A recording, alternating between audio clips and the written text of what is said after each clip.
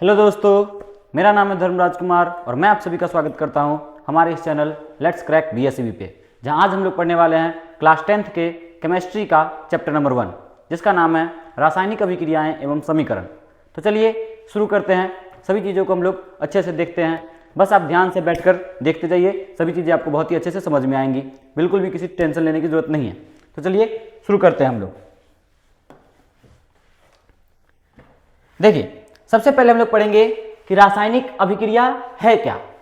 रासायनिक अभिक्रिया हम लोग किसको कहते हैं? तो रासायनिक अभिक्रिया किसको कहते हैं हम लोग? तो जब भी कोई पदार्थ अकेले ही या किसी और पदार्थ के साथ मिलकर कोई नया पदार्थ बनाता है, ठीक है, और उस नए पदार्थ का जो गुण हो वो पहले वाले दोनों पदार्थों से अलग हो, तो ऐसी प्रक्रिया को हम लोग क्या करते हैं? रासायनिक अभिक्रिया कहते हैं। ठीक है, याद रखेंगे, जब कोई भी पदार्थ अकेले ही या एक से अधिक पदार्थ मिलकर कुछ नया पदार्थ बनाते हैं और उस नया जो पदार्थ बना है उसका जो गुण है वो पहले वाले पदार्थों से अलग होता है, तो उसको हम लोग क्या कहते हैं? उसको हम लोग रासायनिक अभिक्रिया कहते हैं। आइए देखते हैं हम लोग इसके बारे में। देखिए, बोलता है जब कोई पदार्थ अकेले ही या अन्य पदार्थों से क्रिया करके एक या एक से अधिक नए गुणधर्म वाले पदार्थ का निर्माण करता है, तो उसको हम लोग क्या कहते हैं? रासायनिक अभिक्रिया कहते हैं। अब रासायनिक अभिक्रिया, इसको अगर हम लोग सबसे सरल शब्द में याद रखें तो क्या रखेंगे? जब चीजों में ऐसा बदलाव हो कि उन्हें वापस पुराने रूप में नहीं लाया जा सकता। याद रखेंगे, रासायनिक अभिक्रिया में क्या होता है, एक बार रासायनिक अभिक्रिया हो गई, नया चीज बन गया, तो उसको हम लोग वापस पुराने वाली चीज में नहीं बदल सकते हैं। ठीक है, जैसे अगर हम लोग मान ले, एक उदाहरण ले, दूध से दही का बनना। तो दूध क्या है? दूध अलग चीज होता है, और जब हम लोग उसको दही में कन्वर्ट कर देते हैं तो एक नए प्रकार का चीज बन गया। दूध हमारा मीठा होता है, दही हमारा खट्टा होता है, यानी उसके गुण बदल गए, और हम लोग दही को वापस दूध में बदल भी नहीं सकते हैं। ठीक है, तो ऐसी अभिक्रिया को हम लोग रासायनिक अभिक्रिया बोलते हैं, जिसको हम लोग रिवर्स नहीं कर सकते, यानी वापस नहीं ला सकते उसी पदार्थ में। समझ में आ गया? तो याद रखेंगे। अब आगे चलिए देखते हैं इसमें हम लोग इसके क्या क्या एग्जाम्पल है हमारे पास। तो दूध से दही बनना, ठीक है, लोहे पर जंग लगना। आप लोगों ने देखा होगा, लोहा अगर कहीं हम रख दे, लोहा अगर कहीं हम बाहर छोड़ दे, या अगर आप लोग साइकिल वगैरह को लगा के छोड़ देते हो बाहर, तो ठंडी के दिनों में और ज्यादा ओस पड़ता है और वहां तुरंत क्या हो जाता है? जंग लग जाता है। तो जंग लगने के बाद उसको हम लोग क्या कर सकते हैं? वापस रिवर्स नहीं कर सकते हैं। तो उसको हम लोग क्या कर सकते हैं? वापस रिवर्स नहीं कर सकते हैं, यानी उस जंग को हटाकर वापस उसको फिर से लोहा नहीं बना सकते हैं। तो ये सारी अभिक्रिया कैसी अभिक्रिया है? रासायनिक अभिक्रिया है, जिनको हम लोग वापस नहीं बदल सकते हैं। ठीक है, याद रखेंगे। अब आगे क्या है? भोजन का पचना। हम लोग भोजन खाते हैं, वो भोजन हमारे पेट में जाता है और भोजन जाकर पच जाता है। क्या उसको हम लोग वापस भोजन बना सकते हैं? भोजन बनाकर बाहर निकाल सकते हैं? नहीं। ठीक है, उसके अलावा मैग्नीशियम जो होता है, मैग्नीशियम रिबन को अगर हम लोग जलाएंगे, मैग्नीशियम जो होता है, मैग्नीशियम रिबन, उसको अगर हम लोग जलाएं तो वो मैग्नीशियम रिबन किस में बदल जाता है? वो जलाने पर ऑक्सीजन से अभिक्रिया करके मैग्नीशियम ऑक्साइड बना लेता है। ठीक है, और मैग्नीशियम ऑक्साइड का पाउडर बन जाता है उस रिबन का, और उसको भी हम लोग वापस नहीं कर सकते हैं। तो ये सारी अभिक्रिया जो हमारी है वो कैसी अभिक्रिया है? वो हमारी रासायनिक अभिक्रिया है। अब आगे चलते हैं। अब देखिए, रासायनिक अभिक्रिया के दो मुख्य भाग होते हैं। कौन कौन से भाग होते हैं? तो किसी भी रासायनिक अभिक्रिया में पहला जो उसका भाग होता है वो होता है अभिकारक, और दूसरा होता है उत्पाद। अब अभिकारक किसको कहते हैं? भाई साहब, अभिकारक किसको कहते हैं? तो अभिकारक हम लोग उस पदार्थ को बोलते हैं जो अभिक्रिया में भाग लेता है, और अभिक्रिया के फलस्वरूप, यानी अभिक्रिया पूरी होने के बाद जो बनता है उसको हम लोग क्या कहते हैं? उसको हम लोग उत्पाद कहते हैं। ठीक है, जैसे अगर हम लोग क्या देखे थे, अभी हम लोग देखे थे कि मैग्नीशियम के फीते को जब हम लोग क्या करते हैं? जलाते हैं, तो उससे मैग्नीशियम ऑक्साइड बनता है। तो यहाँ पे क्या हुआ? मैग्नीशियम और ऑक्सीजन आपस में अभिक्रिया कर रहे हैं। तो अभिक्रिया में कौन कौन भाग ले रहे हैं? मैग्नीशियम और ऑक्सीजन। ठीक है, तो ये दोनों हमारे क्या हो जाते हैं? ये दोनों हमारे उत्पाद हो जाते हैं। क्या हो जाते हैं? ये हमारे उत्पाद हो जाते हैं। लेकिन सॉरी, माफ कीजिएगा, ये हमारे अभिकारक हो जाते हैं। ये हमारे क्या हो जाते हैं? अभिकारक। जो अभिक्रिया में भाग ले रहे हो तो उसको हम लोग क्या बोलते हैं? उसको हम लोग अभिकारक बोलते हैं। तो यहाँ पे अभिक्रिया में कौन कौन भाग ले रहा है? ऑक्सीजन और मैग्नीशियम, और उसके फलस्वरूप बन क्या रहा है? तो बन रहा है मैग्नीशियम ऑक्साइड। तो इस मैग्नीशियम ऑक्साइड को हम लोग क्या बोलते हैं? उत्पाद बोलते हैं। क्या बोलते हैं? उत्पाद। तो जो रिएक्शन के फलस्वरूप बनता है उसको हम लोग क्या बोलते हैं? उत्पाद। ठीक है, और जो ऑक्सीजन जो रिएक्शन में भाग लेता है, यानी जो अभिक्रिया में भाग लेता है, उसको हम लोग क्या बोलते हैं? अभिकारक। तो ये चीज समझ में आ गया आप लोगों को। अभिकारक किसको बोलते हैं? जो अभिक्रिया में भाग लेता है और अभिक्रिया के फलस्वरूप जो बनता है उसको हम लोग क्या बोलेंगे? मैग्नीशियम बोलेंगे। अब आगे देखिए, सॉरी, उत्पाद बोलेंगे। देखिए, रासायनिक अभिक्रिया की पहचान हम लोग कैसे करेंगे? तो जब भी रासायनिक अभिक्रिया होती है उसमें हमें कुछ परिवर्तन देखने को मिलते हैं। जब भी कोई रासायनिक अभिक्रिया होगी उसमें हमें कुछ परिवर्तन देखने को मिलेंगे, और वो परिवर्तन कौन कौन से होंगे? तो देखिए, वो परिवर्तन हो सकता है अवस्था में। किसमें परिवर्तन हो सकता है? अवस्था में। अब जैसे अगर हम लोग देखें, जल है, पानी है, ठीक है, तो पानी क्या है? द्रव अवस्था है, लिक्विड है। अगर उसको हम लोग गर्म करें या फिर अगर हम लोग पानी को तोड़ दें, हाइड्रोजन और ऑक्सीजन में अलग अलग तोड़ दें, पानी को अगर हम लोग हाइड्रोजन और ऑक्सीजन में अलग अलग तोड़ दें तो दोनों ही क्या बन के, हाइड्रोजन और ऑक्सीजन दोनों क्या है? ऑक्सीजन है। जबकि H2O जो हमारा जल है वो क्या है? वो द्रव है। तो क्या होता है, जब हम लोग हाइड्रोजन और ऑक्सीजन को जोड़ेंगे तो उसे गैसों से मिलकर क्या बनेगा? हाइड्रोजन ऑक्सीजन तो दोनों गैस है, और उससे मिलने पर उसके आपस में अभिक्रिया करने पर क्या बनेगा? जल बनेगा, जो कि लिक्विड है। तो अवस्था में परिवर्तन हो गया, गैस से द्रव बन गया, ठीक है। या फिर अगर हम लोग जल को तोड़ दें तो द्रव को तोड़ के हम लोग क्या बना दिए? गैस बना दिए। अगर हम लोग जल को तोड़ते हैं यानी H2O को अगर हम लोग तोड़ते हैं तो हमारा किस में टूटता है? H2O2 में। तो ये दोनों क्या है? ये दोनों हमारा क्या है? गैस है। जबकि ये हमारा क्या है? ये हमारा लिक्विड है, यानी कि द्रव है, ठीक है। तो अवस्था में परिवर्तन हो जाता है। या फिर क्या परिवर्तन हो सकता है? रंग में परिवर्तन हो सकता है, ठीक है। कुछ कुछ अभिक्रियाओं में क्या होते हैं? रंग बदल जाते हैं, ठीक है। और क्या हो सकता है? तो गैस निकलता है। कई सारी अभिक्रियाओं में क्या होता है? रिएक्शन होने पर, अभिक्रिया होने पर उसमें से गैस उत्पन्न होता है, ठीक है। जैसे प्रकाश संश्लेषण की अभिक्रिया में क्या होता है? ऑक्सीजन गैस बाहर निकलता है, ठीक है, जिसको हम लोग श्वास के रूप में लेते हैं। तो इसी तरीके से कई सारी प्रक्रियाएं होती है, कई सारी अभिक्रियाएं ऐसी होती है जिसमें क्या होता है? गैस उत्पन्न होता है। उसके अलावा क्या हो सकता है? ताप में परिवर्तन हो सकता है। ताप में परिवर्तन, जैसे अगर हम लोग चूना को पानी में मिलाते हैं तो क्या होता है? वो गर्म हो जाता है, यानी ताप बदलने लगता है, ठीक है, उसका तापमान बढ़ जाता है। तो इस तरीके की चीजें होती है। ये सारे चेंजेस हमें देखने को मिलते हैं, यानी परिवर्तन देखने को मिलते हैं जब भी कोई क्या होती है? रासायनिक अभिक्रिया होती है। तो याद रखेंगे, रासायनिक अभिक्रिया के समय हमें कौन कौन से परिवर्तन देखने को मिलते हैं? तो हमें अवस्था में परिवर्तन, रंग में परिवर्तन, गैस में परिवर्तन, सॉरी गैस निकलना या फिर ताप में परिवर्तन देखने को मिलता है। अब आगे देखते हैं। अब है रासायनिक समीकरण। रासायनिक समीकरण क्या होता है? देखिए, हम लोग अभी देख रहे हैं पीछे, हम लोग यहां पर क्या किए? एक रासायनिक अभिक्रिया को लिखे। तो रासायनिक अभिक्रिया को हमको कितना बड़ा लिखना पड़ा? मैग्नीशियम ऑक्सीजन को जोड़े तो हम लोग मैग्नीशियम ऑक्साइड बनाए। या फिर अगर हम लोग यहीं पे देखें, इसी को अगर हम लोग शब्दों में लिखेंगे, जब हम लोग किसी रासायनिक अभिक्रिया को शब्दों में लिखते हैं तो हमको इतना बड़ा लिखना पड़ेगा कि मैग्नीशियम ऑक्सीजन के साथ जलकर क्या बनाया? मैग्नीशियम ऑक्साइड बनाया। तो इसको लिखने के लिए हमको क्या करना पड़ेगा? इतना ज्यादा लिखना पड़ेगा। लेकिन इसी को अगर हम लोग मैग्नीशियम और ऑक्सीजन के सूत्र के साथ लिख दे और मैग्नीशियम ऑक्साइड के इन सब के सूत्र का उपयोग करके छोटा बनाकर लिख दे तो उसी को हम लोग क्या करते हैं? उसी को हम लोग रासायनिक समीकरण कहते हैं, ठीक है। तो किसी भी रासायनिक अभिक्रिया को उसके तत्वों के संकेतों और सूत्रों का उपयोग करके जो छोटा करके लिखा जाता है उसी को क्या कहते हैं?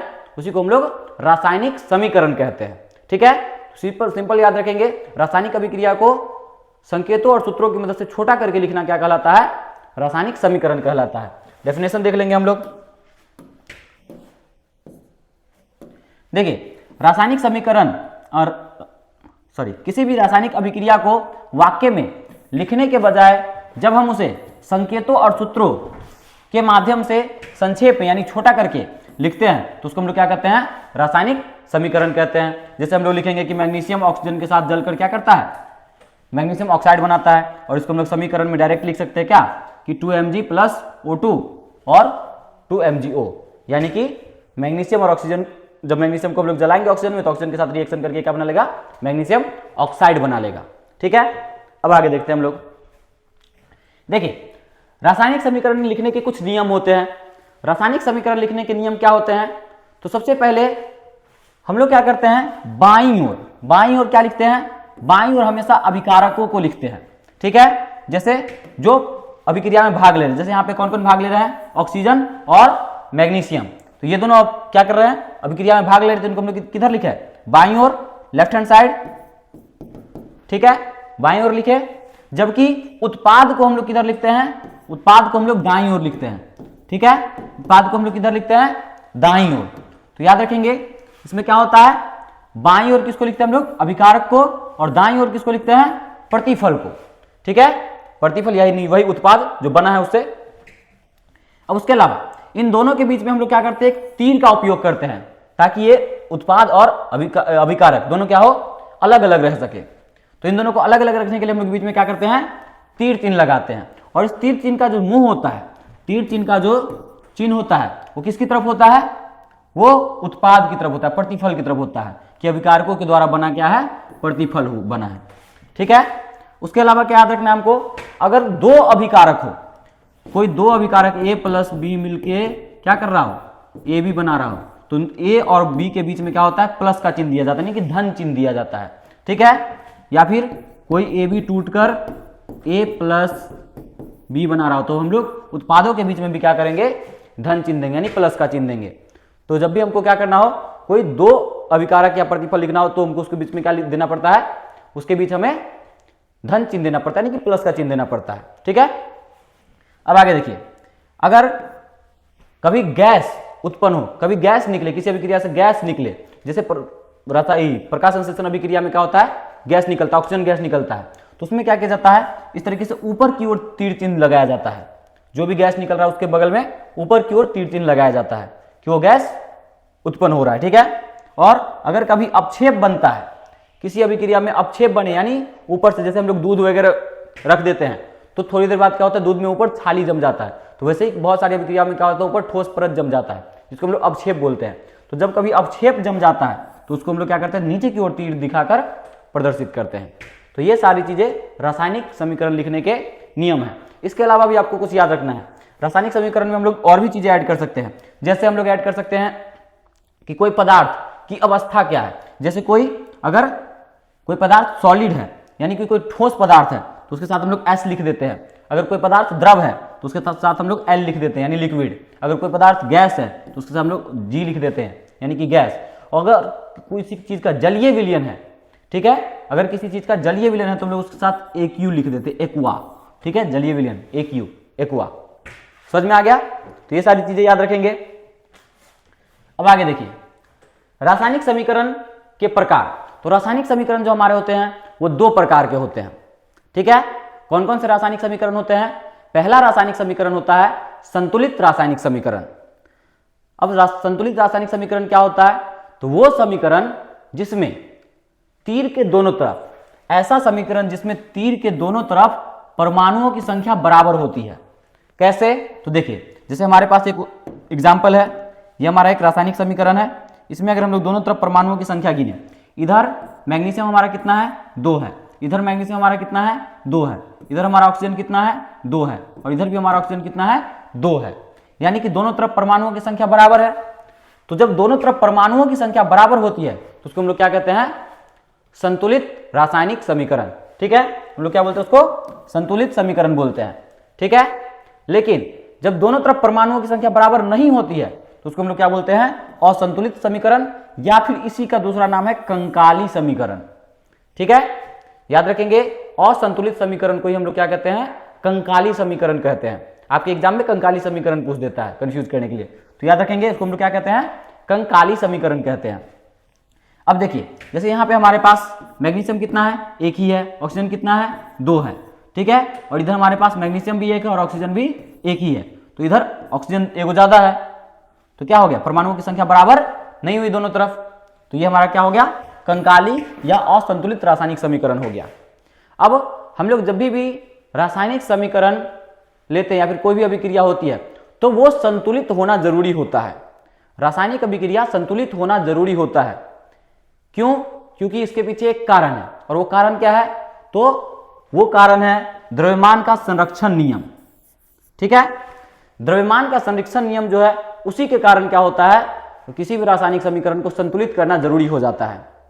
आपके एग्जाम में क्वेश्चन पूछता है कि रासायनिक समीकरण को संतुलित करना आवश्यक क्यों है? तो याद रखेंगे, रासायनिक समीकरण को संतुलित करना क्यों आवश्यक है? तो द्रव्यमान के संरक्षण नियम के कारण रासायनिक समीकरण को संतुलित करना बहुत आवश्यक हो जाता है। अब कहता क्या है ये नियम है क्या? द्रव्यमान का संरक्षण नियम क्या कहता है? तो देखिए, बहुत ही आसान भाषा में द्रव्यमान का संरक्षण नियम ये कहता है कि किसी भी अभिक्रिया में अगर कोई रासायनिक अभिक्रिया होता है, तो उसमें कभी भी द्रव्यमान यानी कि वजन, भार, ठीक है, वजन, किसी भी रासायनिक अभिक्रिया में द्रव्यमान ना तो बनता है और द्रव्यमान का ना ही विनाश होता है। यानी कि द्रव्यमान का ना तो निर्माण होता है और ना ही उसका विनाश होता है, ठीक है। यानी अगर कोई अभिक्रिया हो रहा है तो जितना वजन का हम सामान उसमें डाले हैं उतना ही वजन का प्रतिफल बनेगा, ठीक है। यानी जितना वजन का अभिकारक डाले हैं उतना ही वजन का प्रतिफल बनेगा। यह कहना था किसका? द्रव्यमान के संरक्षण नियम का, कि जितना वजन का सामान हम डालेंगे उतना ही वजन का सामान हमारा बन के निकलेगा। यानी कि वजन घट बढ़ नहीं सकता है, यानी कि द्रव्यमान का कोई परिवर्तन नहीं होगा। अब यही को संतुलित करना पड़ता है, इसी हमें द्रव्यमान के संरक्षण के नियम के कारण क्या होता है, समीकरणों को संतुलित करना पड़ता है। जैसे अगर हम लोग यहां पर देखें, यहां पर मैग्नीशियम का जो भी वजन होगा और यहां पे मैग्नीशियम का जो भी वजन होगा, तो मैग्नीशियम का तो वजन बराबर है, लेकिन यहां पे एक ऑक्सीजन का वजन और यहां पर एक ऑक्सीजन का वजन दोनों बराबर होता, लेकिन यहां पे तो दो ऑक्सीजन है, यहां तो ऑक्सीजन दो है, यहां एक ही है, तो यहां एक ऑक्सीजन का वजन तो इधर ज्यादा है ना, यानी कि इधर द्रव्यमान बढ़ गया, और द्रव्यमान बढ़ना नहीं चाहिए था। कहा गया है कि द्रव्यमान का संरक्षण नियम में कहा गया है कि कभी भी किसी भी रासायनिक अभिक्रिया में द्रव्यमान का ना तो नाश होता है और ना ही निर्माण होता है, यानी ना द्रव्यमान बढ़ेगा ना घटेगा, हमेशा बराबर होना चाहिए। और इसी के कारण हमको क्या करना पड़ता है, रासायनिक समीकरण को संतुलित करना पड़ता है। तो चलिए, अब संतुलित करना पड़ता है तो संतुलित करना भी सीखना पड़ेगा। तो आइए हम लोग रासायनिक समीकरण को संतुलित करना सीखते हैं। अब रासायनिक समीकरण को संतुलित कैसे करेंगे, तो हम लोग सबसे पहले सिंपल सा एक एग्जाम्पल लेते हैं। जैसे हमारे पास ये है H2 + O2 और इससे हमारा क्या बना, H2O, यानी कि जल बना। अगर हम लोग इसको ध्यान से देखें तो हम लोग क्या करते हैं, हम लोग लिखते हैं कि हमारे पास है क्या क्या। तो अगर हम लोग इधर देखें, हम तीर के लेफ्ट हैंड साइड में, तो इधर हमारे पास है हाइड्रोजन और ऑक्सीजन, ठीक है। कितना है, तो हाइड्रोजन हमारे पास 2 है, ऑक्सीजन हमारे पास 2 है। अगर हम लोग देखें राइट हैंड साइड में, तो राइट हैंड साइड में यानी दाईं ओर हमारे पास कितना है, हाइड्रोजन कितना है, 2 है, ऑक्सीजन कितना है, 1 है।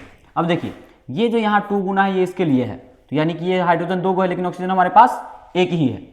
अब हमारे पास यहाँ पे ऑक्सीजन कम हो जाता है, तो हमको ऑक्सीजन को क्या करना पड़ेगा, बराबर करना पड़ेगा, ठीक है। अब ऑक्सीजन को बराबर करने के हम लोग क्या करेंगे, तो हम लोग इस वाले ऑक्सीजन को क्या करेंगे, 2 से गुना करेंगे। अब इधर वाले ऑक्सीजन को 2 से गुना करना है, तो हमको यहाँ पे 2 लिखना पड़ेगा। याद रखना है, संतुलित करने के लिए हम लोग सिर्फ गुना करते हैं, सूत्र नहीं बदलेंगे, हम लोग सिर्फ गुना करेंगे, यानी इसके पीछे गुना करेंगे, इन्हीं के बीच में हम लोग यहाँ पे 2 लिख देंगे, ये नहीं कर सकते हम लोग, ठीक है। हम लोग क्या करेंगे, पीछे इसके गुणज बढ़ा सकते हैं, यानी गुना कर सकते हैं जितना से भी करना चाहें बराबर करने के लिए, लेकिन आगे इसके आगे पीछे हम लोग नहीं लिख सकते बीच में। समझ में आ गया ना। तो अब देखिए, अब अगर हम लोग क्या करेंगे, अब अगर हम लोग देखें तो हमको इसको इस ऑक्सीजन को बराबर करनी, दाईं ओर वाले ऑक्सीजन को बराबर करने के लिए हमको यहाँ 2 से गुना करना पड़ेगा। अब 2 यहाँ पर जैसे ही हम लोग लिखते हैं तो ये ऑक्सीजन तो 2 को बन गया, लेकिन हाइड्रोजन इस 2 से गुना होकर 2 दूना 4 गो हो गया। अब जब हाइड्रोजन 4 गो हो गया तो हमको क्या करना पड़ेगा, इधर वाले हाइड्रोजन को बराबर करना पड़ेगा, यानी कि इधर वाले हाइड्रोजन में हमको क्या करना पड़ेगा, 2 से गुना करना पड़ेगा।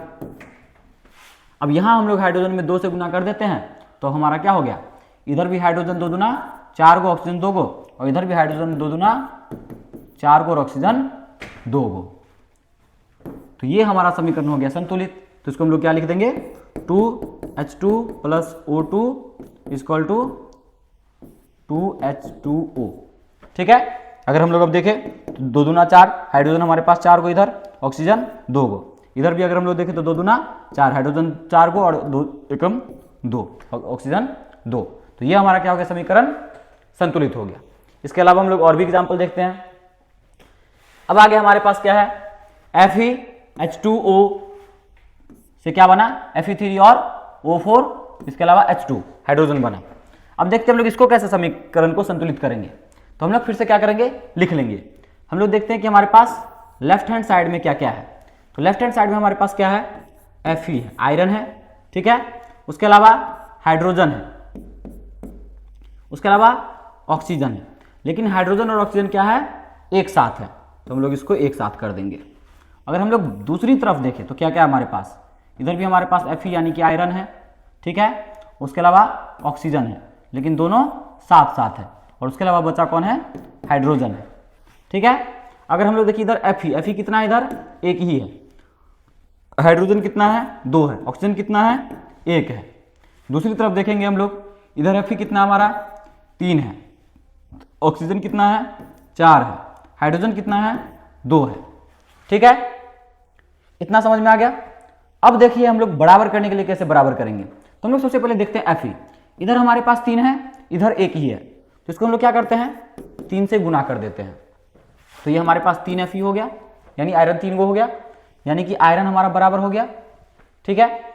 अब दूसरा हमारे पास इधर ऑक्सीजन 4 है, ठीक है, और इधर ऑक्सीजन हमारे पास कितना है, 1 ही है, तो हमको इस ऑक्सीजन को बराबर करने के लिए इधर 4 से गुना करना पड़ेगा। तो जैसे ही हम लोग 4 से गुना करेंगे तो ऑक्सीजन तो हमारा कितना हो जाएगा, 4 हो जाएगा, लेकिन क्योंकि 4 से हम लोग गुना किया तो हमको इसमें भी गुना करना पड़ेगा, तो 4 दूना 8 हाइड्रोजन हो जाएगा। अब हाइड्रोजन 8 हो गया, तो इधर तो हाइड्रोजन हमारे पास कितना है, 2 ही है, तो हम लोग हाइड्रोजन के पीछे भी क्या करेंगे 4 से गुना कर देंगे, तो यहाँ भी हाइड्रोजन हमारे पास कितना हो गया, 4 दूना 8 हो गया। अब देखिए सॉरी, यहाँ पे 4 दूना 8 हो जाएगा, हाँ, तो अब हमारे पास क्या हो गया, Fe 3, Fe यहाँ भी 3, ऑक्सीजन 4, ऑक्सीजन भी 4, और हाइड्रोजन जो हमारा है वो 8, यहाँ भी हाइड्रोजन हमारा 8, सब कुछ बराबर हो गया। तो हम लोग लिखेंगे कैसे इसको, तो देखिए हम लोगों ने क्या किया, Fe में पीछे 3 से गुना किया, तो हम लोग यहाँ पे नया लिख लेते हैं, देखिए Fe plus H2O equal to, चाहिए नीचे लिखते हैं हम लोग,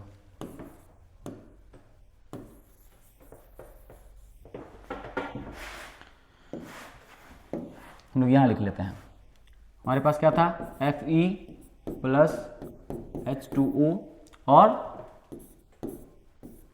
Fe3O4 प्लस H2। अब देखिए अब हम लोगों ने क्या क्या किया है, हम लोगों ने लेफ्ट हैंड साइड में Fe को 3 से गुना किया है, तो हम लोग यहाँ Fe के पीछे 3 लगा देंगे, 3 से गुना कर दिए हैं। उसके अलावा हम लोग OH के पीछे भी क्या किए हैं, 4 से गुना किए हैं, तो हम लोग सॉरी H2 के पीछे, इसके पीछे हम लोग क्या कर देंगे 4 से गुना कर देंगे। दूसरी तरफ हम लोग क्या किए हैं, दूसरी तरफ हम लोग इसमें कुछ नहीं किए हैं, हम लोग H के साथ 4 से गुना किए हैं, तो हम लोग भी यहाँ क्या कर देंगे H के साथ 4 से गुना कर देंगे। ये हमारा संतुलित हो गया रासायनिक समीकरण।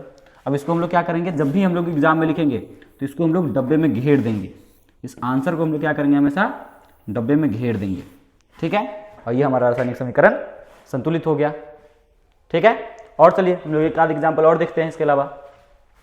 देखिए अब हमारे पास ये एग्जाम्पल नया है, Zn plus HCl equal to ZnCl plus H2।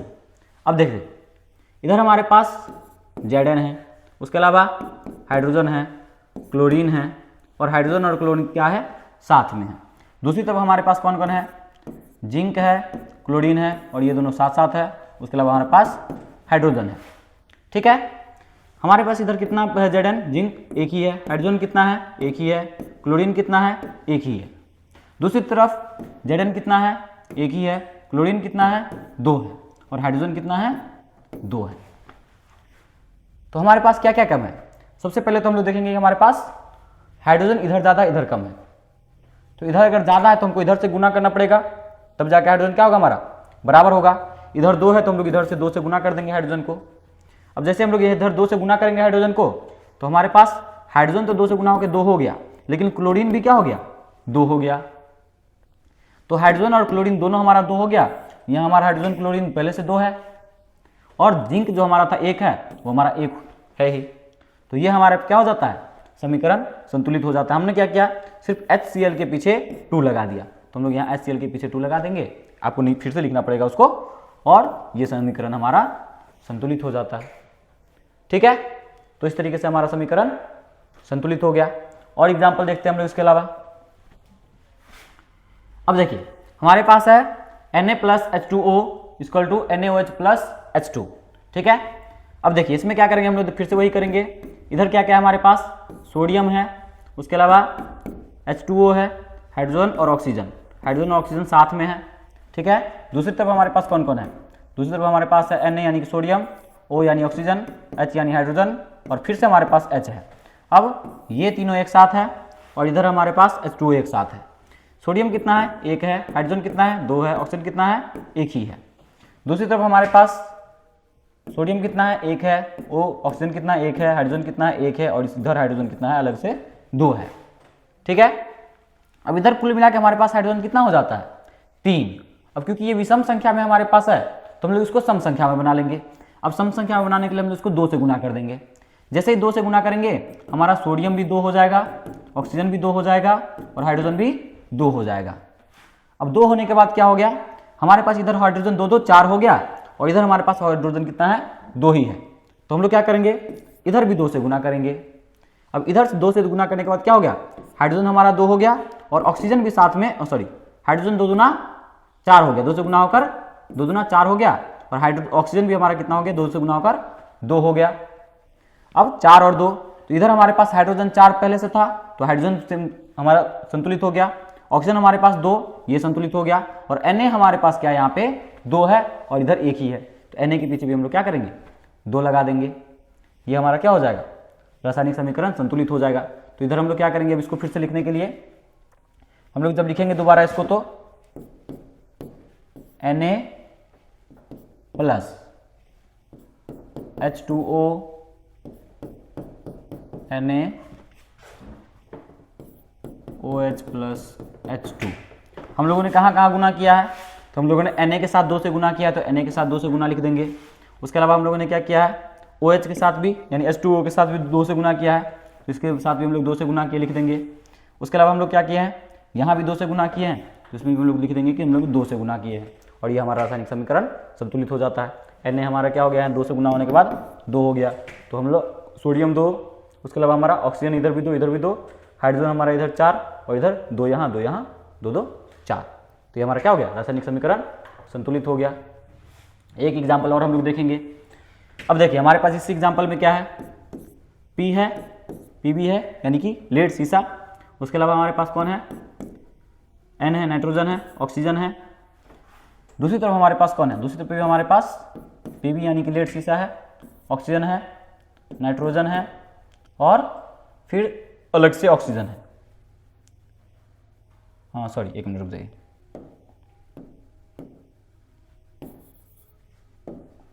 Nitrogen के साथ भी ऑक्सीजन है और ऑक्सीजन अलग से भी है, ठीक है। अब देखिए इधर हमारा Pb, ये तीनों एक साथ ही है। कितना है Pb यानी सीसा, 1 ही है। नाइट्रोजन कितना है, नाइट्रोजन यहाँ और ये 2 से गुना हो जाएगा तो 2 है।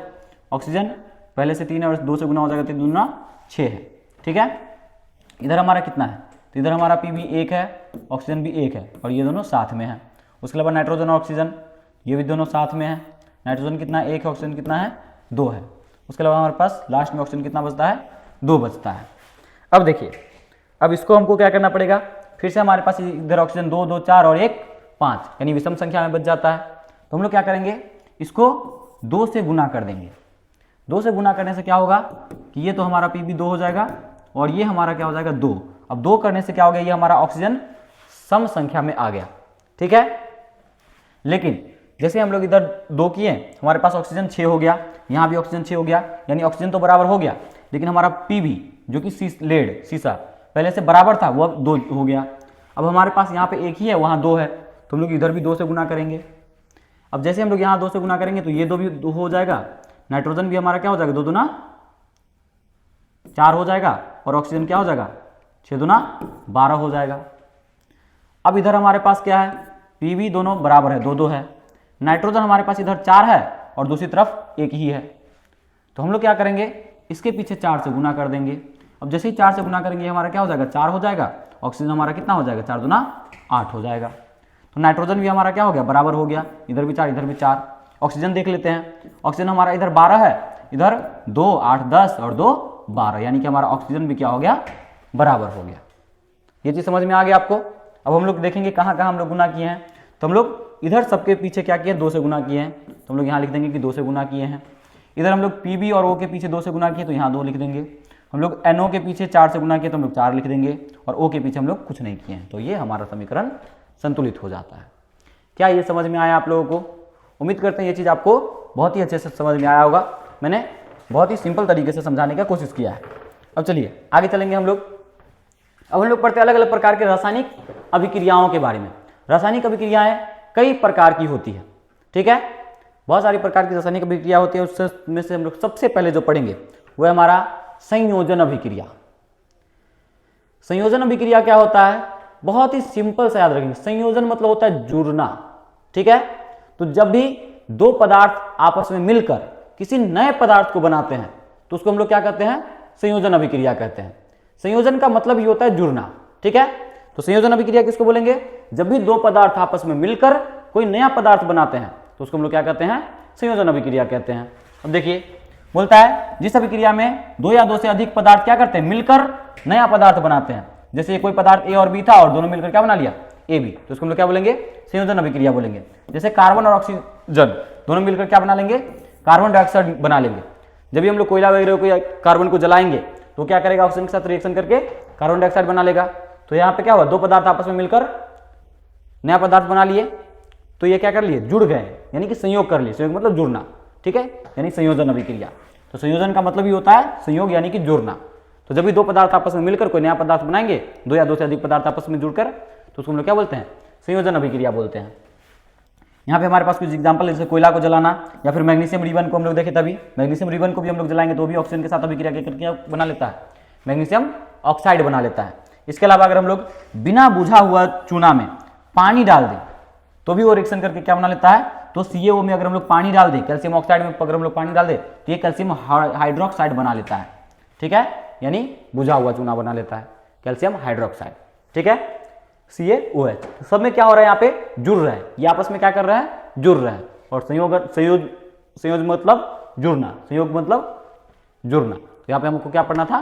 संयोजन अभिक्रिया, यानी जब भी दो पदार्थ या दो से अधिक पदार्थ आपस में मिलकर कोई नया पदार्थ बनाएंगे तो उसको हम लोग क्या बोलेंगे? संयोजन अभिक्रिया बोलेंगे। अब आगे देखते हैं, दूसरा हमारा वियोजन अभिक्रिया। वियोजन अभिक्रिया ठीक उसका उल्टा है। संयोजन अभिक्रिया में दो पदार्थ मिलकर एक नया पदार्थ बनाते थे, यहाँ पर एक पदार्थ टूटकर दो नया पदार्थ बनाता है। उसमें जुड़ रहे थे, यहाँ पर टूटते हैं, ठीक है। यहाँ पे क्या होते हैं? कोई पदार्थ है AB, कोई यौगिक है पदार्थ, कोई यौगिक है और वो टूट कर क्या बना लिया? दो नए पदार्थ बना दिया, ठीक है। इसको हम लोग क्या बोलते हैं? इसको हम लोग वियोजन अभिक्रिया बोलते हैं। वियोजन मतलब टूटना, ठीक है, वियोजन मतलब टूटना। तो यहाँ पर क्या होता है? कोई पदार्थ टूटकर दो नए पदार्थ बन जाते हैं। समझ में आ गया? यहाँ पे चूना पत्थर, कैल्शियम कार्बोनेट, CaCO3 को अगर हम लोग क्या करेंगे? CaCO3 को अगर हम लोग गर्म करते हैं तो वो केस में बदल जाता है कैल्शियम ऑक्साइड और कार्बन डाइऑक्साइड में, ठीक है। तो यहाँ पे क्या हुआ? कैल्शियम कार्बोनेट टूट गया, ठीक है, और कैल्शियम ऑक्साइड और कार्बन डाइऑक्साइड बना लिया। तो क्या हो रहा है? टूट रहा है। तो संयोजन अभिक्रिया और वियोजन अभिक्रिया दोनों एक दूसरे का विपरीत होता है। आगे देखेंगे हम लोग, तीसरा एग्जाम्पल है हमारे पास दूसरा, फेरस सल्फेट को अगर हम लोग गर्म करेंगे तो भी क्या होता है? फेरस सल्फेट भी क्या होता है? टूट जाता है किसमें? FeO3 और सल्फर डाइऑक्साइड में, उसके अलावा SO3 में। तो यहां सब पे क्या होता है? टूटता है। यहां क्या होता है? पदार्थ टूट जाते हैं और एक से अधिक पदार्थ बना लेते हैं। इसके अलावा हमारे पास एग्जाम्पल है जल का, अगर हम लोग विद्युत अपघटन करें तो वो भी किसमें टूट जाता है? हाइड्रोजन और ऑक्सीजन में, ठीक है। आगे चलते हैं हम लोग, तीसरे प्रकार का अभिक्रिया हम लोग देखेंगे जो कि हमारे पास विस्थापन अभिक्रिया। विस्थापन अभिक्रिया क्या होता है? विस्थापन अभिक्रिया में क्या होता है? एक पदार्थ विस्थापित हो जाता है, यानी एक जगह से दूसरी जगह विस्थापित हो जाता है। देखिए कैसे? अब देखिए यहां पे हमारे पास क्या है? एक अभिक्रिया है जिसमें आयरन और कॉपर सल्फेट है। अब आयरन और कॉपर सल्फेट में किधर क्या हुआ? इधर Fe अकेला था और कॉपर और सल्फर डाइऑक्साइड, ये SO4, Cu और SO4 साथ में थे। लेकिन हुआ क्या कि जैसे ही आयरन आया तो आयरन ठहरा Cu यानी कॉपर से ज्यादा ताकतवर। तो क्या हुआ कि जो सल्फर ये था, SO4 था, वो इसके साथ जुड़ गया। तो ये क्या बना लिया?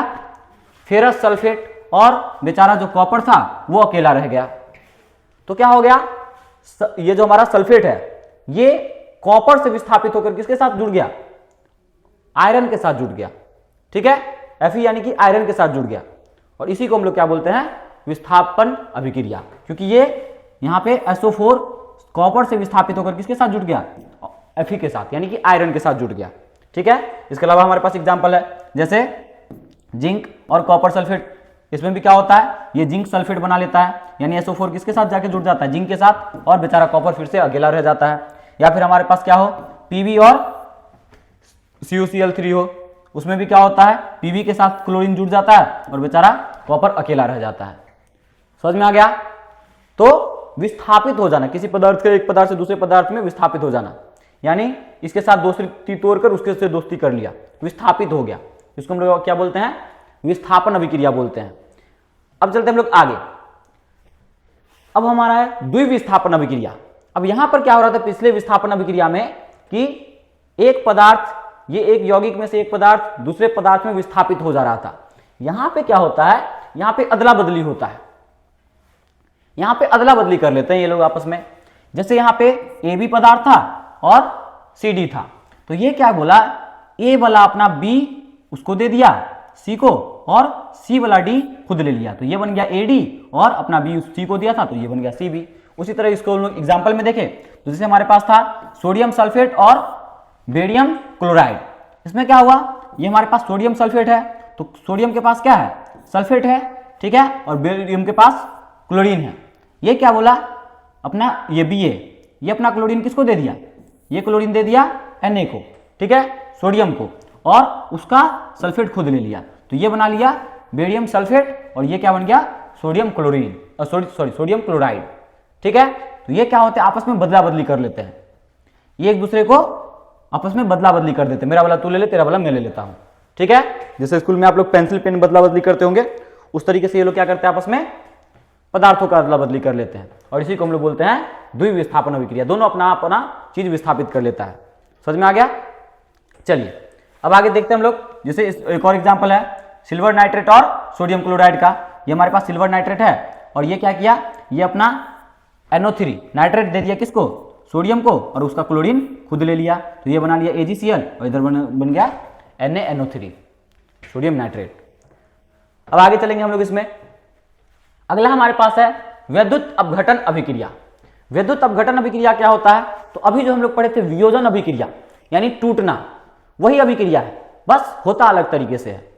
विद्युत अपघटन अभिक्रिया में क्या होता है कि हम लोग किसी पदार्थ के जलीय विलयन में विद्युत धारा प्रवाहित करते हैं, ठीक है, बिजली प्रवाहित करते हैं, और उस बिजली प्रवाहित करने के कारण वो क्या होता है, आपस में टूट जाते हैं। ठीक है, तो जब हम लोग उसको बिजली से तोड़ते हैं, विद्युत से तोड़ते हैं, तो वो हमारा क्या हो गया, विद्युत अपघटन हो गया। लेकिन है वो भी वियोजन अभिक्रिया ही, यानी विद्युत अपघटन अभिक्रिया ही, यानी टूटता ही है उसमें। ठीक है, तो याद रखेंगे वियोजन अभिक्रिया क्या है, एक प्रकार का अपघटन अभिक्रिया, यानी इसमें टूटता है, और इसकी परिभाषा याद रखेंगे, वैसी अपघटन अभिक्रिया जो विद्युत धारा प्रवाहित करने पर होती है, विद्युत अपघटन कहते हैं हम लोग इसको। इसमें किसी यौगिक के जलीय विलयन में क्या किया जाता है, विद्युत धारा प्रवाहित की जाती है, यानी बिजली प्रवाहित किया जाता है, और उससे वो क्या होता है, टूट जाता है, तो उसको हम लोग क्या बोलते हैं, विद्युत अपघटन बोलते हैं। जैसे NaCl, सोडियम क्लोराइड में हम लोग क्या करें, विद्युत धारा प्रवाहित करें, तो वो अलग अलग सोडियम और क्लोरीन में टूट जाता है। ठीक है, इसको हम लोग क्या बोलते हैं, विद्युत अपघटन अभिक्रिया बोलते हैं। तो याद रखेंगे विद्युत अपघटन अभिक्रिया क्या होता है, विद्युत धारा प्रवाहित करने पर अगर पदार्थ टूट जाए, यौगिक टूट जाए, तो उसको हम लोग क्या बोलते हैं, उसको हम लोग विद्युत अपघटन अभिक्रिया बोलते हैं। अगला है हमारे पास प्रकाश रासायनिक अभिक्रिया, और यह भी सेम अभिक्रिया है, वियोजन अभिक्रिया यानी टूटना। ठीक है, लेकिन ये कब होता है, ये जब प्रकाश पड़ने पर टूटता है, तो हम लोग उसको प्रकाश रासायनिक अभिक्रिया बोलते हैं। ठीक है, लेकिन है ये भी वियोजन अभिक्रिया का ही भाग। वैसे अपघटन अभिक्रिया जो सूर्य प्रकाश की उपस्थिति में होती है, इसमें पदार्थ ऊर्जा लेकर क्या करते हैं, टूट जाते हैं। ठीक है, जैसे अगर हम लोग क्या करें, जैसे हम लोग सिल्वर क्लोराइड को धूप में रख दे, ठीक है, सिल्वर क्लोराइड को अगर हम लोग धूप में रख दे तो किसमें टूट जाता है, सिल्वर और क्लोरीन में अलग अलग टूट जाता है। ठीक है, वो अलग अलग हो जाते हैं, और इसलिए उसका रंग बदल जाता है। अगर उसमें देखेंगे हम लोग उसको, तो वो कैसा हो जाता है, हमारा धूसर रंग का हो जाता है, जो कि पहले कैसा होता है, पहले सफेद रंग का होता है। ठीक है, तो रंग बदल जाता है उसका, क्योंकि वो क्या होता है, क्लोरीन और सिल्वर में टूट चुका होता है। ठीक है, तो ये हमारा हो जाता है प्रकाश रासायनिक अभिक्रिया। अब आगे चलते हैं हम लोग, अगला देखेंगे हमारे पास अवक्षेपण अभिक्रिया है।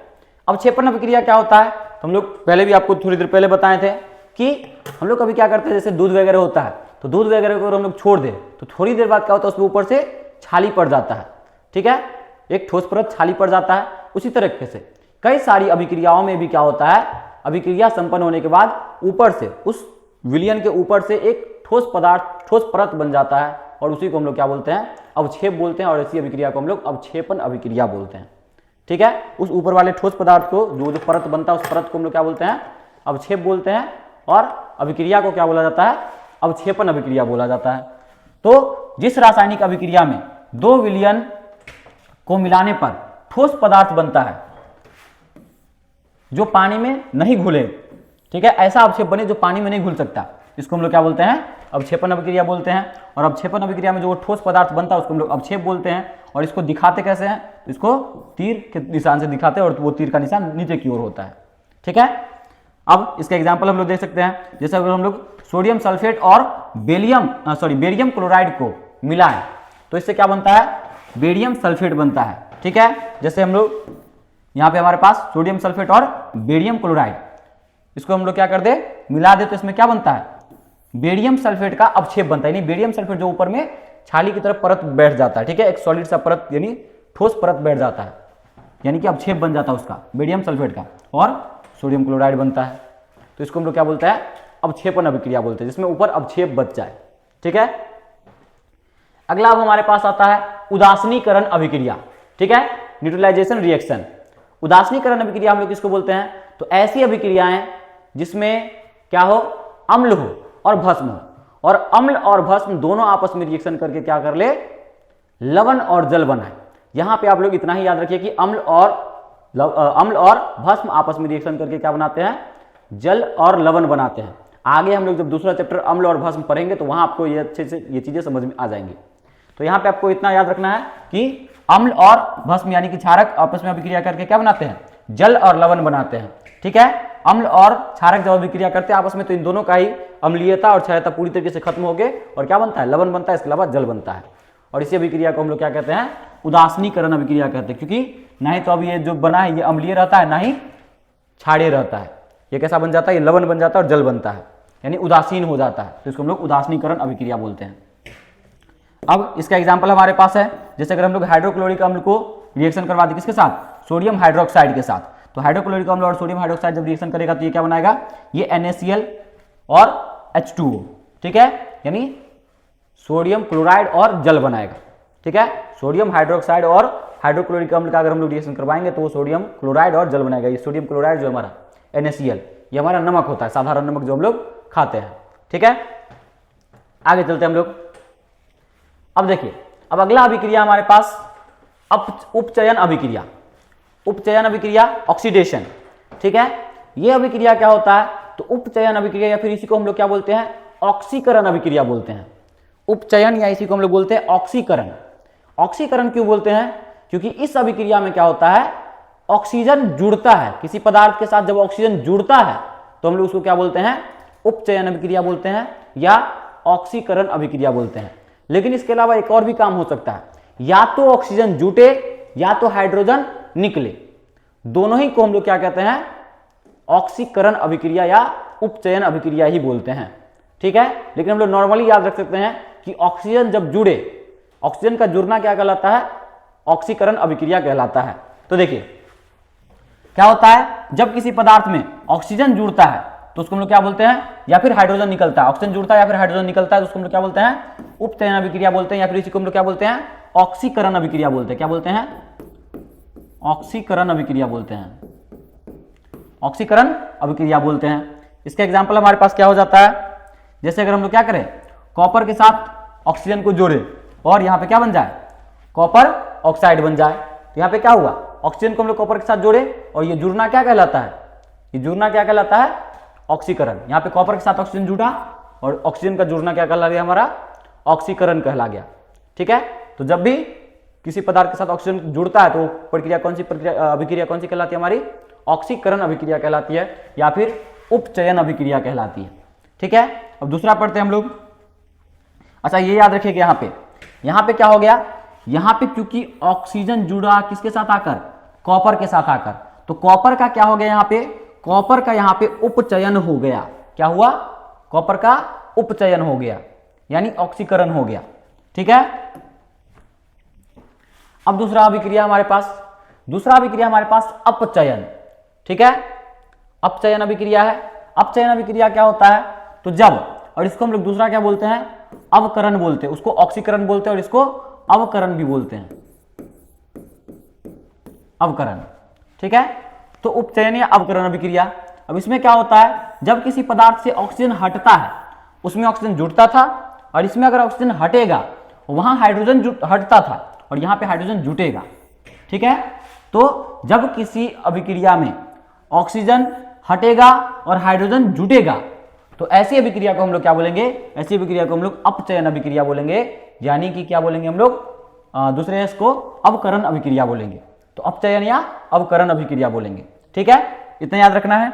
अब इसके एग्जाम्पल क्या हो सकते हैं, जैसे यहाँ पे हम लोग अभी देखे थे, यहाँ पे ये मार्क्स छूट गया, चलिए, जैसे यहाँ पे हमारे पास क्या है, कॉपर ऑक्साइड है। ठीक है, अब कॉपर ऑक्साइड से अगर हम लोग यहाँ से ऑक्सीजन हट जाए और ये जाके हाइड्रोजन के साथ जुड़ जाए, तो ये बन गया क्या, कॉपर और साथ में H2 यानी कि जल। तो यहाँ से क्या हुआ, कॉपर से ऑक्सीजन अलग हो गया, कॉपर ऑक्साइड से यहाँ ऑक्सीजन अलग हो गया, ये कॉपर बेचारा अकेला बच गया, यहाँ ऑक्सीजन अलग हो गया और जाके जुड़ गया H2 के साथ, हाइड्रोजन के साथ। ठीक है, तो यहाँ से जैसे ही ऑक्सीजन अलग हुआ, तो ऑक्सीजन का अलग होना क्या कहलाता है, ऑक्सीजन का अलग होना क्या कहलाता है, अवकरण अभिक्रिया कहलाता है या फिर अपचयन अभिक्रिया कहलाता है। और दूसरा काम क्या हुआ, यहाँ से ऑक्सीजन जुटा और जाके वहां हाइड्रोजन के साथ जुट गया, तो हाइड्रोजन का जुड़ना भी क्या कहलाता है, हमारा अवकरण अभिक्रिया कहलाता है। अब ये याद रखना है कि अपचयन और उपचयन, यानी कि ऑक्सीकरण और अवकरण अभिक्रिया, ये दोनों हमेशा साथ साथ ही होती है। ठीक है, ये दोनों अभिक्रिया हमेशा क्या होती है, साथ साथ होती है। तो इसको हम लोग रेडॉक्स अभिक्रिया बोलते हैं। क्या बोलते हैं, ऐसी अभिक्रिया को हम लोग क्या बोलते हैं, रेडॉक्स अभिक्रिया बोलता है। जब एक ही अभिक्रिया में एक अभिकारक का उपचयन और दूसरे अभिकारक का अपचयन हो, साथ साथ हो, तो उसको हम लोग क्या बोलते हैं, उसको हम लोग रेडॉक्स अभिक्रिया बोलते हैं। ठीक है, एक ही अभिक्रिया में अगर अपचयन और उपचयन दोनों ही काम हो रहा हो, यानी दोनों ही प्रक्रियाएं हो रही हो, तो उसको हम लोग क्या बोलते हैं, रेडॉक्स अभिक्रिया बोलते हैं।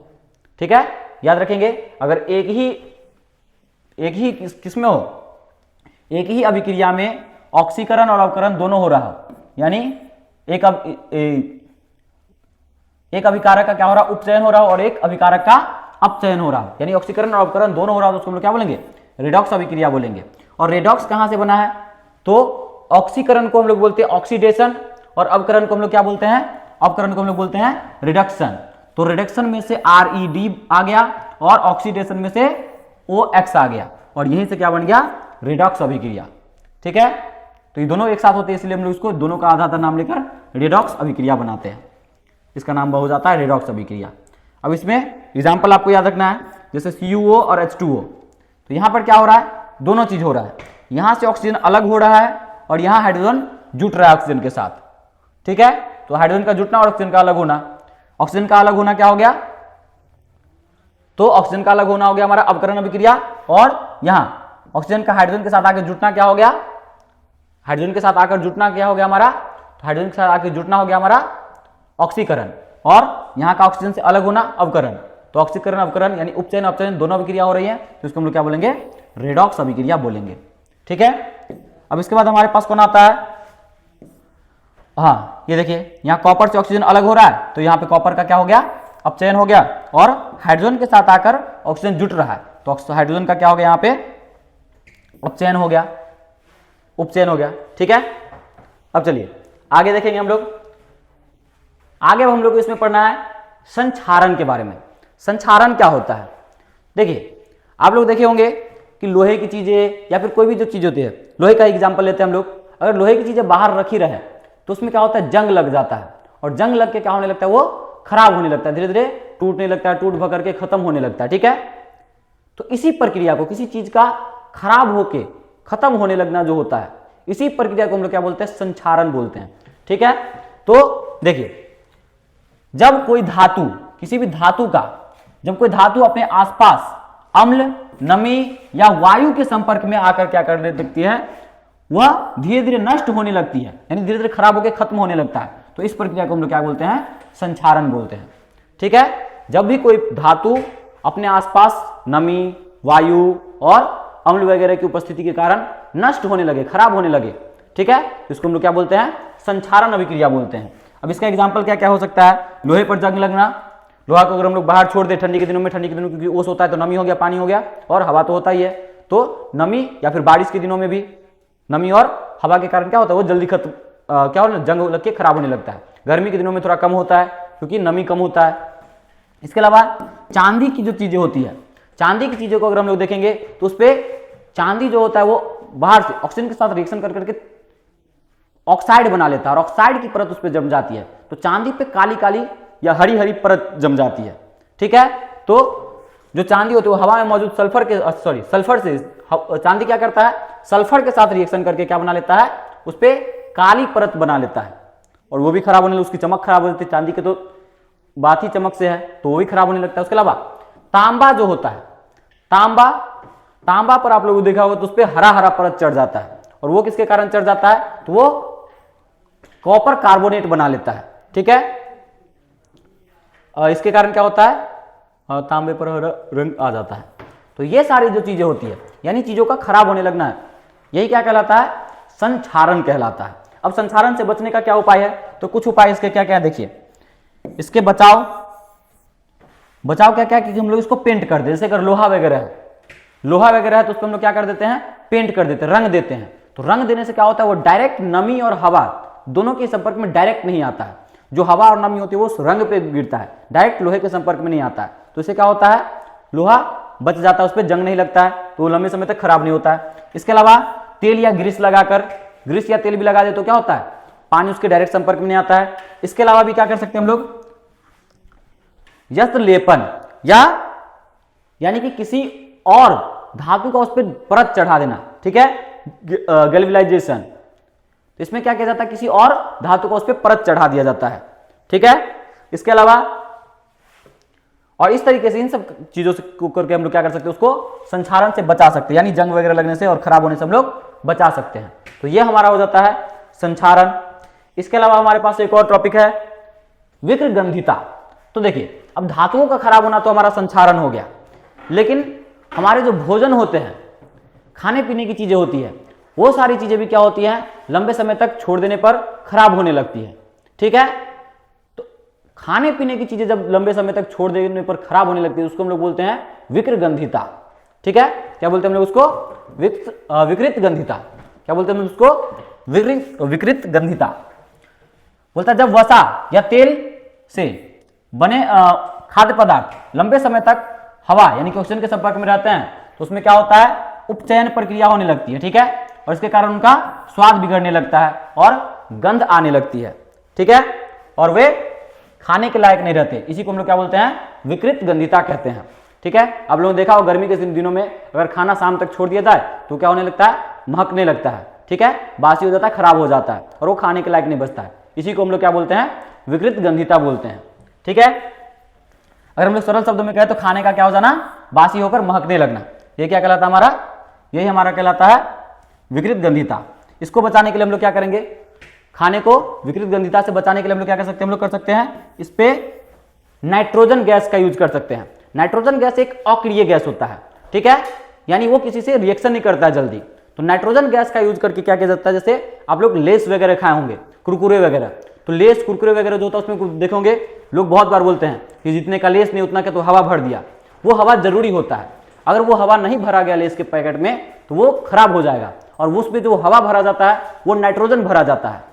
नाइट्रोजन हवा भरने के कारण क्या होता है, उसमें किसी प्रकार का कोई रिएक्शन नहीं होता है, कोई अभिक्रिया नहीं होती है, और वो नाइट्रोजन के अंदर उस पन्नी पैकेट के अंदर जो चिप्स भरा हुआ है वो खराब नहीं होता है, ठीक है। तो इसलिए उसमें हवा भरना जरूरी होता है।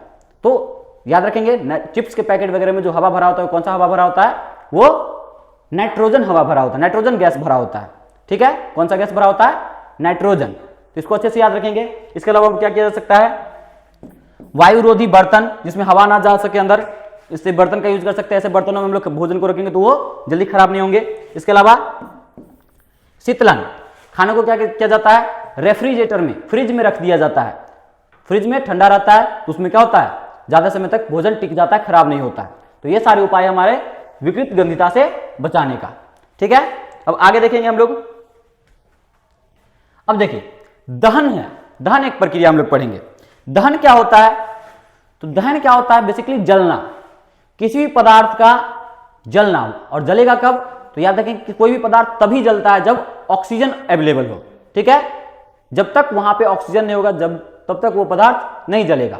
किसी भी पदार्थ को जलने के लिए सबसे पहला जो जरूरत चीज होता है वो ऑक्सीजन होता है, ठीक है। तो ऑक्सीजन होगा तभी जलेगा। तो किसी भी पदार्थ का ऑक्सीजन की उपस्थिति में जलना, और जब भी जलेगा तो क्या होगा? तो दो चीजें मिलेगी। पहला तो हमें गर्मी मिलेगा, ऑक्सीजन मिलेगा, हीट मिलेगा, उष्मा मिलेगा। और दूसरा क्या मिलेगा? प्रकाश मिलेगा, रोशनी मिलेगी। तो जब भी कोई चीज, कोई पदार्थ ऑक्सीजन की उपस्थिति में जलकर और हमें क्या दे?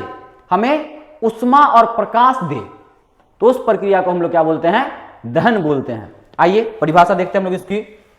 दहन क्या है? तो वह रासायनिक अभिक्रिया जिसमें कोई पदार्थ ऑक्सीजन की उपस्थिति में जलकर उष्मा और प्रकाश देता है, इसको हम लोग क्या कहते हैं? दहन कहते हैं, ठीक है। अब दहन में क्या होता है? दहन कैसी प्रक्रिया? तो दहन एक प्रकार की उपचयन प्रक्रिया है। अब उपचयन क्यों है? क्योंकि दहन के लिए क्या चाहिए? ऑक्सीजन चाहिए, यानी ऑक्सीजन का योग होता है, ऑक्सीजन जुड़ता है। तो ऑक्सीजन जुड़ता है, इसलिए क्या हो जाएगा? ये उपचयन अभिक्रिया हो जाएगा, ऑक्सीडेशन। उसके अलावा ये क्या है? एक उष्माक्षेपीय अभिक्रिया भी है, जो कि क्या करती है? उष्मा उत्पन्न करती है। ऐसी अभिक्रिया जिसमें उष्मा देना पड़ता है उसको हम लोग क्या करते हैं? उष्मा शोषी अभिक्रिया कहते हैं। और ऐसी अभिक्रिया जो उष्मा उत्पन्न करती है उसको हम लोग उष्माक्षेपीय अभिक्रिया कहते हैं। तो जब भी कोई चीज को हम लोग जलाएंगे तो उष्मा देगा, उष्माक्षेपीय अभिक्रिया हो गया। अब ये तो हो गया दहन। अब दहन के लिए हमें बेसिकली तीन चीजें जरूरी होती है, तीन चीजें हमें सबसे जरूरी होती है। उसके अलावा दहन की प्रक्रिया संपन्न नहीं हो सकती है। क्या क्या चीजें जरूरी होती है? सबसे पहला तो हमें एक दहनशील पदार्थ चाहिए होगा, यानी जलने वाला पदार्थ चाहिए होगा जो जल सके। अब अगर हम लोग लेकर जाएं क्या? पानी, कि हम पानी जलाएंगे आज, तो पानी तो जलेगा नहीं। हम लेकर जाए पत्थर, कि आज हम पत्थर जलाएंगे, तो पत्थर तो जलेगा नहीं, तो दहन की प्रक्रिया होगी ही नहीं। तो ऐसा पदार्थ चाहिए जो जल सके, यानी दहनशील पदार्थ चाहिए, ठीक है, ज्वलनशील पदार्थ चाहिए। तो सबसे पहला तो हमें दाह पदार्थ चाहिए, यानी दहनशील पदार्थ चाहिए। दूसरा हमें क्या चाहिए? दहन का पोषक। और दहन का पोषक हम लोग किसको कहते हैं? ऑक्सीजन को, ठीक है। ऑक्सीजन को हम लोग दहन का पोषक कहते हैं, क्योंकि बिना ऑक्सीजन के दहन हो ही नहीं सकता, यानी जल ही नहीं सकता कोई पदार्थ, ठीक है। तो किसी भी पदार्थ के जलने के लिए सबसे पहला ऑक्सीजन जरूरी होता है, ठीक है, ऑक्सीजन बहुत जरूरी होता है। उसके अलावा जल, ज्वलन ताप। ज्वलन ताप क्या होता है? तो कोई भी पदार्थ का वो मिनिमम टेम्परेचर जहां जाकर वो आग पकड़ लेगा, ठीक है। जैसे आप लोग देखे होंगे, कुछ पतला पतला अगर लकड़ी लेकर जाएं और उसमें कुछ भूसा वगैरह लेकर जाएं और उसमें तिल्ली लगाएं तो तुरंत आग पकड़ लेता है। वही मोटा मोटा लकड़ी लेकर जाएं और उसमें तिल्ली लगाएं, 10-12 तिल्ली हम लोग दे दे, फिर भी वो आग नहीं पकड़ेगा। क्यों नहीं पकड़ेगा? क्योंकि जो हम लोग छोटा छोटा भूसा लेके गए, पतला पतला जो हम लोग लेके गए, भूसा का इग्निशन टेम्परेचर नहीं कि ज्वलन ताप क्या था? बहुत कम था। तो जैसे वो अपने ज्वलन ताप पे पहुंचा वो आग पकड़ लिया। लेकिन जो मोटा लकड़ी है उसका ज्वलन ताप बहुत ज्यादा अधिक है, उसका ज्वलन ताप अधिक है, और अधिक होने के कारण क्या होगा? वो जल्दी से आग नहीं पकड़ेगा। जब तक वो अपने ज्वलन ताप पे नहीं पहुंचेगा तब तक कोई भी पदार्थ आग नहीं पकड़ेगा। तो उसके ज्वलन ताप तक पहुंचना जरूरी होता है। तो दहन के लिए कौन कौन सी तीन चीजें जरूरी होती है? सबसे पहला दाह पदार्थ यानी ज्वलनशील पदार्थ, ज्वलनशील पदार्थ। दूसरा दहन का पोषक यानी कि ऑक्सीजन। और तीसरा ज्वलन ताप, ठीक है, वह ताप जहां पर जाकर कोई भी पदार्थ जलना शुरू करता है, ठीक है। जहां पे आग पकड़ लिया, जिस ताप, जितना गर्म होने के बाद वो चीज आग पकड़ लेता है, उसी को हम लोग क्या बोलते हैं?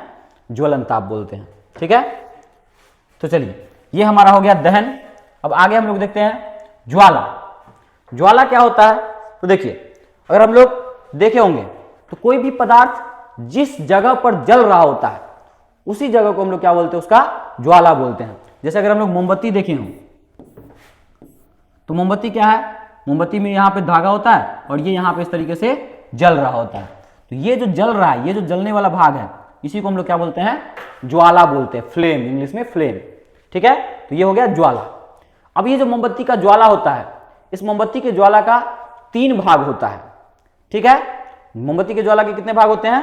3 भाग होते हैं। इसको हम लोग थोड़ा सा बड़ा बना लेते हैं ताकि हम लोग अच्छे से समझ पाए इसको। देखिए इसके 3 कौन कौन से भाग होते हैं, मोमबत्ती के ज्वाला के 3 कौन कौन से भाग होते हैं।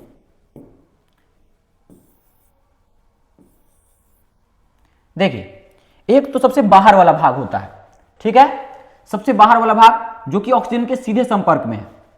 ठीक है, ये ज्वाला का सबसे बाहर वाला भाग है, ये जो कि ऑक्सीजन के सीधे संपर्क में है। अब ये क्योंकि ऑक्सीजन के सीधे संपर्क में है तो यहाँ पे दहन बहुत ज्यादा हो रहा होता है।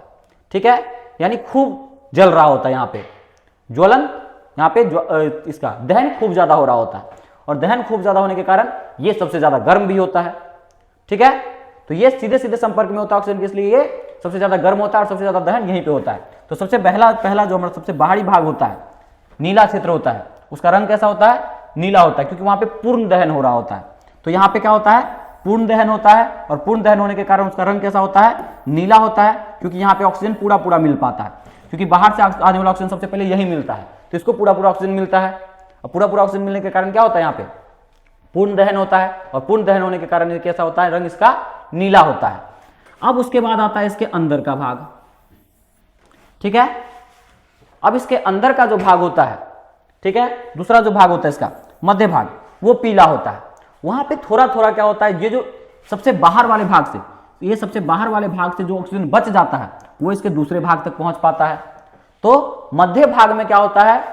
अपूर्ण दहन होता है, यानी इसको पूरा ऑक्सीजन नहीं मिल पाता है, तो अपूर्ण दहन होता है। और अपूर्ण दहन होने के कारण यहाँ का इसका जो फ्लेम होता है, यानी इसका जो ज्वाला होता है, वो किस रंग का होता है? पीले रंग का होता है। किस रंग का होता है? पीले रंग का होता है। ठीक है, और सबसे लास्ट में आता है अंत में यहाँ पे सबसे आंतरिक भाग, ठीक है, जो कि काला होता है। अब ये काला होता क्यों है? अब काला इसलिए होता है क्योंकि यहाँ पे बिना जला हुआ मोम का वाष्प होता है, क्योंकि यहाँ तक ऑक्सीजन पहुंचता ही नहीं है। सबसे पहले बाहर वाला क्षेत्र खा लेता है, पूरा ऑक्सीजन जला देता है, उससे जो बचता है वो मध्य वाला भाग जला देता है। तो यहाँ तक तो कोई बचा ही नहीं, इसको खुद बीच वाले भाग को कम ऑक्सीजन मिला, तो यहाँ तक तो आने का सवाल ही नहीं उठता ऑक्सीजन, तो इसको बीच वाले सबसे अंत वाले भाग को ऑक्सीजन मिलता ही नहीं है। तो आप लोग अगर कभी भी मोमबत्ती को गौर से देखेंगे तो मोमबत्ती का जो ये लौ होता है, इसके आसपास इस तरीके से जल रहा होता है, लेकिन यहाँ लौह पे आसपास कोई कुछ चीज जल नहीं रहा होता है। यहाँ पे आपको बिल्कुल खाली नजर आएगा। क्यों? क्योंकि यहाँ पे ऑक्सीजन पहुंच ही नहीं पाता है, तो यहाँ पे दहन हो नहीं रहा होता है। ठीक है, यहाँ पे दहन की प्रक्रिया नहीं हो रही होती है, और ये काला भाग होता है क्योंकि वहां पे बिना जले हुए मोम होते हैं। ठीक है, मोम के वाष्प होते हैं। तो यहाँ पे क्या होता है? बत्ती के एकदम ये पास होता है, यह सबसे कम गर्म होता है, बहुत कम गर्म होता है, और यहाँ बिना जले हुए मोम के क्या होते हैं? वाष्प होते हैं, और इसका रंग काला होता है। समझ में आ गया? ये चीज आपको समझ में आ गया ज्वाला के बारे में? उम्मीद करते हैं आपको ये समझ में आ गया होगा। अब हम लोग आगे चलते हैं। आगे देखिए, आगे आपको एलपीजी के बारे में कुछ चीजें याद रखनी है। एलपीजी, जिसको हम लोग इंग्लिश में एलपीजी का जो हमारा फुल फॉर्म होता है वो होता है लिक्विफाइड पेट्रोलियम गैस, और इसको हम लोग हिंदी में बोलते हैं द्रवीभूत पेट्रोलियम गैस। अब द्रवीभूत पेट्रोलियम गैस हम लोग क्यों बोलते हैं उसको हम लोग आगे अभी देख लेते हैं। इसलिए हम लोग बोलते हैं क्योंकि इसको क्या किया जाता है? उच्च दाब पर, यानी बहुत ज्यादा हाई प्रेशर पे, ये जो हमारा एलपीजी है वो है एक गैस। एलपीजी हमारा लिक्विफाइड पेट्रोलियम गैस, ये है हमारे पास क्या? एक गैस। लेकिन इस गैस को खूब दबा दबा के कस कस के क्या कर दिया जाता है? सिलेंडर में भर दिया जाता है, और खूब कस कस के सिलेंडर में भरने के कारण ये क्या होते हैं? द्रव बन जाते हैं, क्योंकि इसके कण आपस में पास पास आ जाते हैं, और कण पास पास में आने के बाद क्या बन जाते हैं? द्रव बन जाते हैं। ये गैस थे, और गैस से क्या बन गए? द्रव बन गए। यानी इसको क्या कर दिया गया? द्रवीभूत कर दिया गया, द्रव बना दिया गया, यानी लिक्विफाइड कर दिया गया। ठीक है, तो इसी को हम लोग क्या बोलते हैं? Liquefied petroleum gas. ये पेट्रोलियम गैस होता है, ठीक है, और इसको क्या किया जाता है? लिक्विफाइड, यानी सिलेंडर में कस के भर देने के बाद ये क्या होता है? ये लिक्विफाइड हो जाता है। तो ये क्या बन गया? द्रवीभूत, यानी लिक्विफाइड पेट्रोलियम गैस, एलपीजी, यानी कि द्रवीभूत पेट्रोलियम गैस। ठीक है, अब इसके बाद अगर हम लोग देखेंगे तो इसमें क्या याद रखना है हमको? सबसे पहले इसमें हमको जो कुछ मुख्य बातें याद रखना है वो याद रखना है कि इसके मुख्य घटक कौन कौन से होते हैं। एलपीजी के मुख्य घटक जो होते हैं, वो सबसे मुख्य घटक इसका होता है ब्यूटेन। ठीक है, वैसे तो इसमें तीन चीजें होती हैं, ब्यूटेन, प्रोपेन और एथेन। ब्यूटेन, प्रोपेन और एथेन, तीन चीजें होती है, लेकिन जो सबसे ज्यादा होता है वो कौन होता है? ब्यूटेन होता है। एलपीजी में सबसे ज्यादा कौन होते हैं? ब्यूटेन होता है, और होता कुल मिला के तीन चीजें होता है। कौन कौन? ब्यूटेन, प्रोपेन और एथेन। अब इसमें भी एक चीज होता है कि जो हमारा एलपीजी है, लिक्विफाइड पेट्रोलियम गैस है, उसका खुद का कोई सुगंध नहीं होता है। लिक्विफाइड पेट्रोलियम गैस यानी एलपीजी का कोई सुगंध नहीं होता है।